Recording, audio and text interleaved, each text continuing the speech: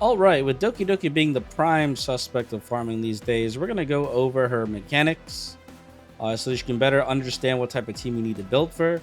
It's actually pretty simple. Basically, she has two waves. She has four on the first one, and then five people on the second one. Three of them are mutated. Mutated means that they're going to deal more damage when they get another buff from Doki Doki. Basically, in short, these guys stick around for so long, and then you let them live too long, they will end up like one or two shotting your team at the very end. The goal is not to let it get to that point. Um, so these guys are also going to have an innate 50% reduction to all damage. You'll see a buff on it when we go through it. It'll be a yellow shield. This is going to only be able to be removed if you have a crowd control effect. So this is like sleep, stun, and freeze. You're going to want to have characters that do that so that when you remove it, they're not going to come back. At least at this level, they're not going to come back for another 3 turns. That gives your DPS some time to defeat the enemies. All right, so now you understand how the Doki Doki fight works, right? To sum it up, you just want to keep applying crowd control effects every 3 turns so that you ruin their chance of not taking any damage. And you want to kill them fast enough before they ramp up and beat the crap out of you. So, best way to do that is getting this girl here. This is the SR I talked about earlier. She is going to be the key component in destroying Doki Doki. I'm not gonna like go through everything, but basically she puts an AoE attack down. If they already have an attack down, she puts them to sleep, and the sleep is considered crowd control. She does this 3 times, so that's 3 checks per enemy. So in terms of the sleep check, it's 2 checks if they already have an attack down. In a perfect world, she's going to put them all attack down and put them all to sleep. That's not really going to happen. In the beginning, because of turn cooldowns, you might need a second crowd control. I would recommend Kraken. Since he's an SR, everyone should have had them already. If you don't, and it's unfortunate, and you don't have either one of these, you might be a little bit screwed, in my opinion, because the alternatives are almost impossible to get through. So I'm pretty sure you're going to have one of them by the time you're trying to farm her, and you should be good to go there. Quick summary of Kraken is skill 3, has a chance of freezing all of them, 5-turn cooldown. Skill 2 has a chance of freezing one of them. Skill 1 has a chance of defense down one enemy. Because Kraken is a 5-turn cooldown, and he was recently nerfed, so he doesn't have a really high percentage at a low level to freeze them all. I find him very unreliable if you're trying to run only one crowd control unit. If you have both of them, you're good. If you have one of them, if you only have Kraken, you might need to find another crowd control unit to support him. You can, or you just have to rush to level up his skills and hope that he pays off. That's why I think she's the best one. So let's say you have 2 crowd control units, right? There you go. 1 sustain, 2 crowd control units. I've been using her as a sustain. She's been fine, at least up to this level. I'm just waiting on my free Ling Lao. The free SSR they're going to give you. She's a premier healer in 7 days, 6 days from this video. Then you want a DPS. So your DPS choices that are top tier are very limited, in my opinion. You have your neutral DPS Messiah. He's currently on the banner. I wouldn't waste my currency on him unless you really like him. If you sack him some other way, he's pretty good here. He does AoE attacks. Your other unit that could be good, that's more realistic to get, is this girl here. But she takes a while. She ramps up.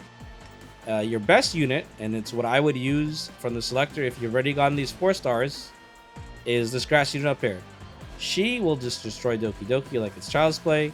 If you want to farm Doki Doki for the rest of your life, she is the best choice to get. I think in the beginning you should be using your selector to farm this instead of waiting too long and just, dirt around doing nothing for like 2 weeks. With her, you'll be able to farm everything. All right, so now we want to talk about the third character you need, which is going to be some sort of support. If your healer isn't enough, and like she's been enough for me, but if your healer isn't enough, you can add a third healer here. But you want a support that either manipulates turns or slows the opponent down. So like, advantages, like examples are like, this girl over here, she can turn manipulate a little bit. This girl here can give you speed and, you know, attack buffs. You know, you have Lily. If you have her, she gives crit damage and speed buffs. Like some kind of buffer to help your team kill them faster. Or you could even use character like a free-to-play option is Gray, right? Because he gives a crit rate buff, which means you can deal more damage a lot easier. You can get those crits. And he has an AoE defense breakdown, which reduces their defense by 60%. So after they lost their, you know, defense buff, then they have the defense break, they'll die pretty quickly. So I think that's your best bet. Some kind of support. If you don't know and you can run fairly well with the other 4 units, then this should just be Gray, I guess, because he's free to play. You have him. Everyone has him. But it's whatever support you think you need, right? Like there's Doki Doki. You know, there's quite a few of them. There's even more tankier ones, like this one here, like, you know, Jellyfish Girl. So you just want some kind of support there. Now let's, yeah, I'm gonna put Lily here as a placeholder. Now that you have your team, right? What matters now is like turn order. So you want your crowd control unit to be the fastest, you know, if not the healer. But basically, whatever order you want to do them. But you want your crowd control unit to be the fastest. Why? Because you want them to cycle through the turns really quickly. So that they can their cooldowns faster. And they can keep these guys at bay. You want them to be fast. Then you want your healer to be, you know, faster or next to them. I would just give your fastest gear to these guys. And then for your healer, your second fastest gear. This allows you to heal up as much times as possible whenever they need it. Then you want your buffer to go, followed by your DPS. So that way, crowd control happens, and if you have a buffer, they go. You know, healer is there too. You just need your healer to be faster than these guys, so that your healer can keep your healing your team healed. And then your buffer goes, buffs your dude, and you attack.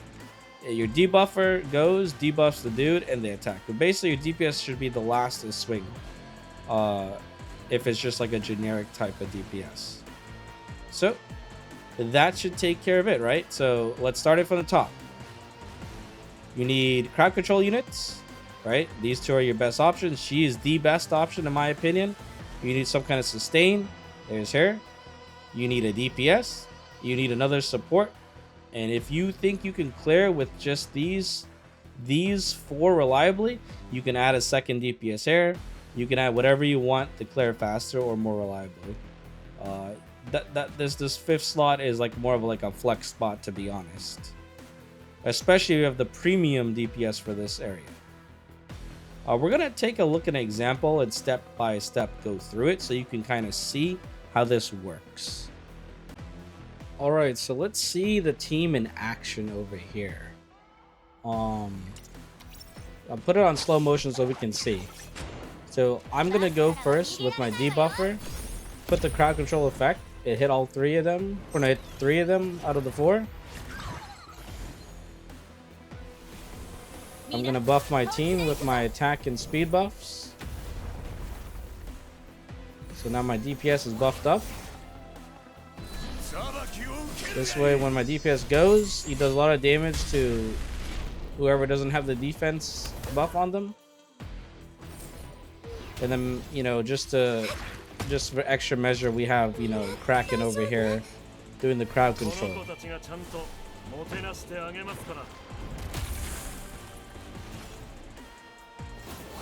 And let's speed it up and watch it.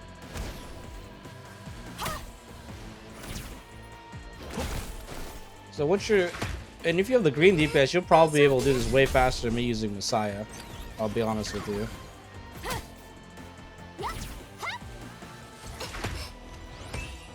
And by the look of it, I might not even need Kraken. I'm looking at it right now. So,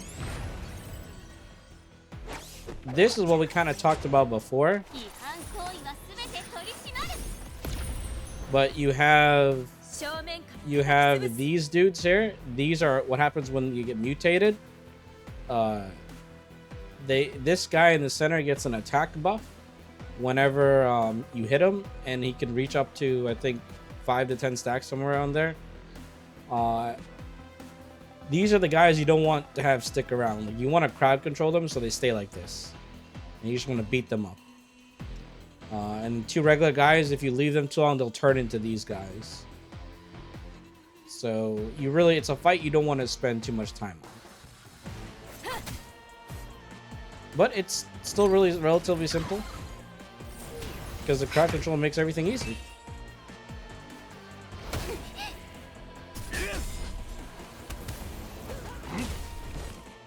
And soon Kraken will get his AoE back sooner or later. And it's because it's 3 turns before they get the defense buff up. You're able to do whatever you want. Give your DPS time to do what they need to do.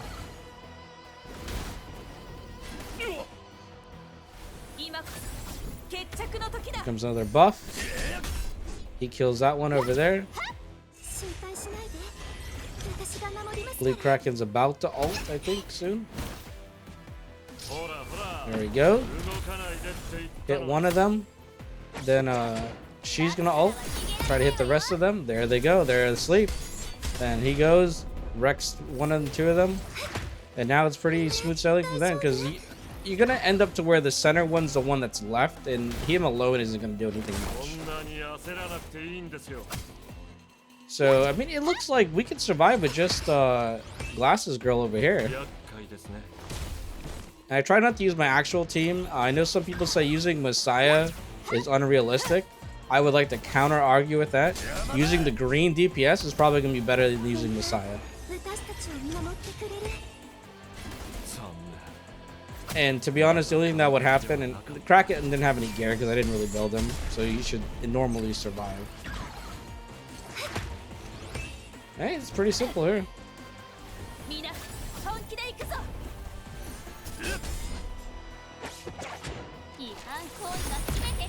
And there he goes.